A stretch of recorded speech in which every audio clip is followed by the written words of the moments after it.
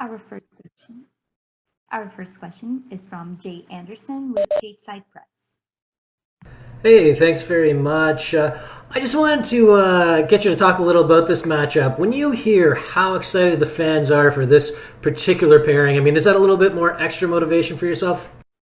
Yeah, those are the kind of fights that I want to be part of. I want to be involved in fights that fans are excited about and on their feet cheering as the fights go on. And these are the kind of fighters that I want to fight, guys who bring those action-packed fights.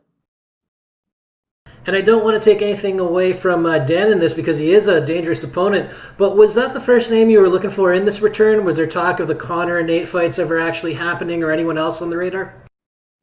No, I think the UFC wanted to book me and Dan after his win, and we were supposed to do it in San Diego.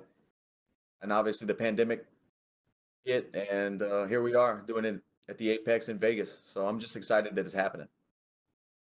He's certainly a tough fighter, and he won a lot of fans all the way back to the Barboza fight, and he hasn't lost since. In your estimation, what makes Dan Hooker so dangerous as an opponent? You know, he's a very rangy, long, and patient fighter, and that's what makes him dangerous. Fair enough. And last one for me. You're known for charitable work outside the cage, and this weekend I've seen that you're picking up the tab for some people watching the fights back home, helping out some local businesses, and I'm wondering if you could just talk about how that came about. Yeah, um, we were thinking about putting something together this last minute. We didn't have a whole lot of time to prep with the foundation and meet with the board of the foundation and get things moving. But we have some other stuff after this fight. You know, I'm going to auction off my fight kit, and the money we make from it's going to go to this cause with the local business in Lafayette. But also, we're putting together a back to school drive and a Unity 5K, and we have a bunch of other stuff in the pipeline. But for this particular fight night, from 5 to close at a local restaurant, locally owned restaurant, we're going to be picking up the tab for everybody's food there, and just to give back to the local business and give back to the people of Lafayette, Louisiana. Let them have a free meal. Let them come together and talk over something common, talk over fighting a fighter from that area. It's just good to bring people together and to boost the business. Well, congratulations. It's a great idea, very commendable, and I wish you all the best this weekend. I appreciate it. Thanks, man. Our next question is from Julian with Independent Media. Julian, your line has been unmuted. Dustin, how are you, brother? Yep. My colleague just asked basically the questions I wanted before this, but I just wanted to know from you also, Dan is obviously the up and coming chasing that title now. Also, do you feel there's a pressure on yourself to get past this one and get back in the title contention, or do you just feel like you said before this it's also exciting matchup for yourself personally? I just need to perform and win. Winning solves everything in this sport. I need to get in there and get my hand raised, and then we'll reassess the situation of the lightweight division and where everything's at and what could possibly be next. But right now, I'm just focused on performing on Saturday night. And then just on based on City Kickboxing in New Zealand, how excited are you as an MMA fighter in terms of the way MMA has grown also in New Zealand and guys like Dan and Izzy them are coming up and making such a big impact like yourself also on the UFC platform? It's great. It's great to see the sport grow. It's great to see the sport evolve. And they do have a very solid team there at City Kickboxing, two world champions, contenders. So they're doing the right stuff. They seems like they got the right coaches and a nice facility. Thank you so much for your time, Dustin. God bless. Thank you. Next question is from Danny Segura with MMA Junkie. Hey, Dustin, you've talked about how this has been the longest layoff of your career. Wonder now that the fight's just a couple days away, how was that experience with that layoff? And was it nice to get some sort of time off from competition? Yeah, it was nice it was forced. Of course, if it was up to me, I would have been in the gym and fighting way before this, but it was a forced time off. And sitting on the sideline, I got to reassess everything, got to just enjoy life, spend time with my family, and put things into perspective. And it's been a long layoff, but coming back fighting in these times, it's nothing's the same right now. So it's even weirder coming back and being quarantined in the hotel, and it's just different times, man. But it's exciting. Yeah, and part of that layoff, obviously, you just said it was forced. It was that that hip surgery that you had. You know, sort of a nagging injury that you've dealt with. How do you feel, and how's life post surgery? Did it address the issues that you had? You know, sometimes I feel a little discomfort or a little tightness, but I'm in a lot less pain from day to day than I was. And I think I have a little bit more range of motion. You know, I feel good. My body feels good. Yeah, and obviously, you still want to fight for the title. You want to get back to challenging for the belt. What's the path like? Yeah, obviously, get a big victory over Dan Hooker, but how much work do you think you need to put in after that to get back to the belt? I honestly think with the win over Dan Hooker, I'll be one fight away from another title shot. Mhm. And I know this is not regarding your fight, but it was still news. Colby Covington left ATT, and I know you guys had a little bit of a rocky relationship. Just your thoughts on him leaving the gym, and I guess where do you stand with him at this point in time? Because I know you guys squashed the beef and some time ago. I don't know what's going on with him or where he's switching gyms or whatnot, but good luck. Thank you, man. Good luck on Saturday. Our next question is from Damon Martin with MMAfighting.com. Hey Dustin, when we talked after the hip surgery, you told me that you believed that you realized at that moment how much you loved fighting, how much you missed fighting. Not that you ever lost passion for it, but now that you're back in a fight week, you're a couple days away from the fight. Like, how is that feeling? Like, do you feel kind of energized and that kind of passion growing? Yeah, it's exciting, man. It's it's a rush and there's a feeling you only get from going through this process of fight week and cutting the weight and seeing your opponent and showing up on fight night. You know, this is a rush and I love it. So I'm just happy to be here. Dan is obviously on a good win streak right now. I'll ask you, especially with his last couple of fights, in the top 10 with guys like Ali Quinta and Paul Felder. Have you been impressed by what you've seen out of him? Yeah, he's putting together some good performances, you know. He's beating some tough gritty guys. You have kind of a notorious reputation for fighting some of the toughest guys in the division, guys that just don't go away, guys like Eddie Alvarez and Justin Gaethje, and I think you could kind of put Dan Hooker on that list when you think about his loss to Edson Barbosa. He didn't really go away; he just refused to go away, and they kind of had to stop it at that point. What is it about you as a tough guys? Like, do you enjoy those kind of gritty matchups where you have to, chances are you're probably gonna have to go deep into the fourth or fifth round to put a guy like this away? Yeah, that's just part of fighting. That's what I expect when I sign the contract. When I get into the octagon and stand across from that man, I expect adversity to present itself, and it does. And I just know I can suffer and push through more than most of these guys. And I believe in my technique.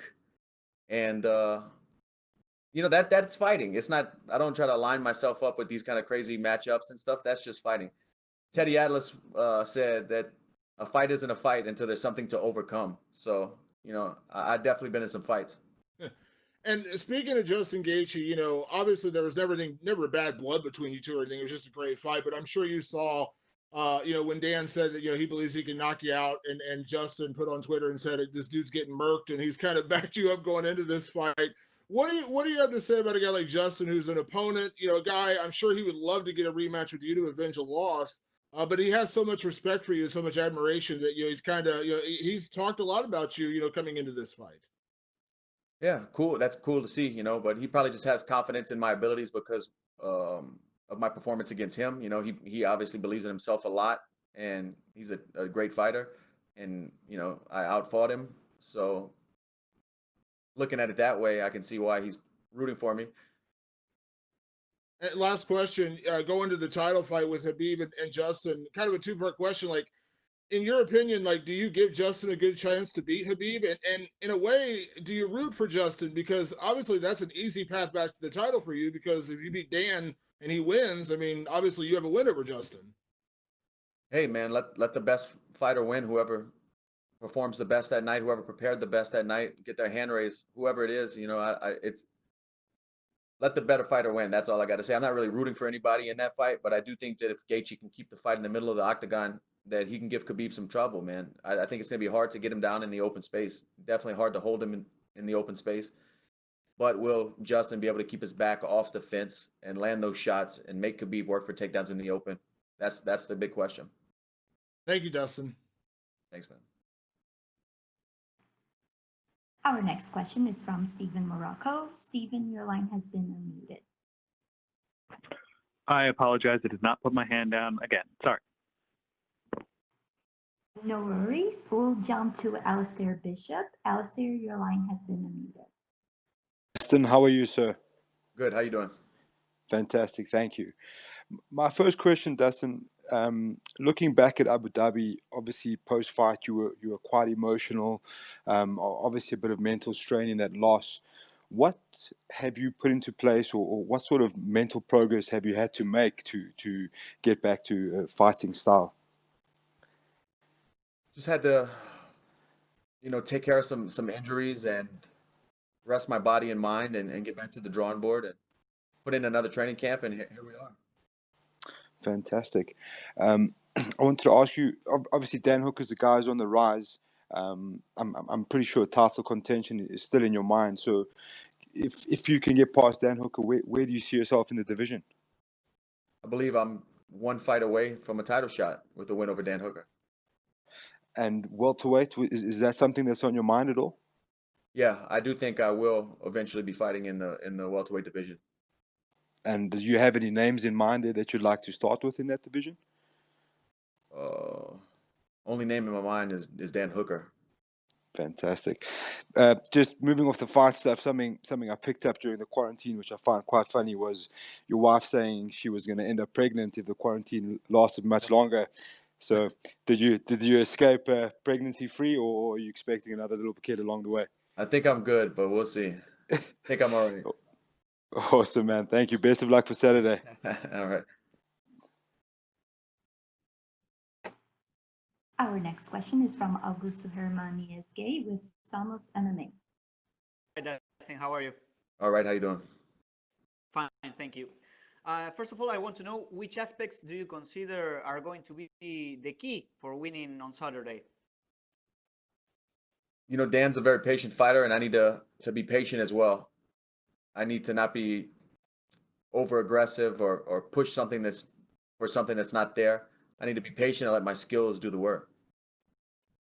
And how do you feel about fighting in an empty arena? I like it. I like the idea of it. I think it's going to be quiet. I'll be able to hear my team. The focus will be different.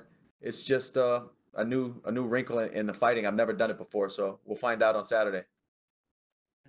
And Dustin, I want to know, how did the COVID-19 situation affect you, not only in your training camp, but also you have been helping hospitals during this pandemic with your foundation. So how was that experience? It was great to be in a position to give back to the medical staff and the frontline medical workers in my hometown of Lafayette, Louisiana. I'm appreciative of that we have the resources and the people in place to be able to make that happen. But other than that, I was just like everyone else, quarantined at home with my family, stuck in the house. And what about the training camp? Did it affect you in any way? Not at all. I thought it would, but I went out to American Top Team in South Florida, and they have so many high-level fighters that even if the groups were small, it was so much knowledge being passed around, and the coaches were always there every session to push us and coach us in the right direction and help us get better. So everything was normal. It felt like a normal training camp to me. Okay, Dustin, thank you very much and good luck on Saturday. Thank you, man. Our next question is from Christopher Reeve with New Zealand Herald. One question from me. Obviously, this is a short notice fight in a smaller octagon. Has this changed sort of building a strategy against a dangerous guy like Dan? No, it hasn't, and it honestly wasn't really that short notice. I had almost a full training camp. Sweet, thanks, man. Yep. That's all we have for you today, Dustin. Thank you. Very nice.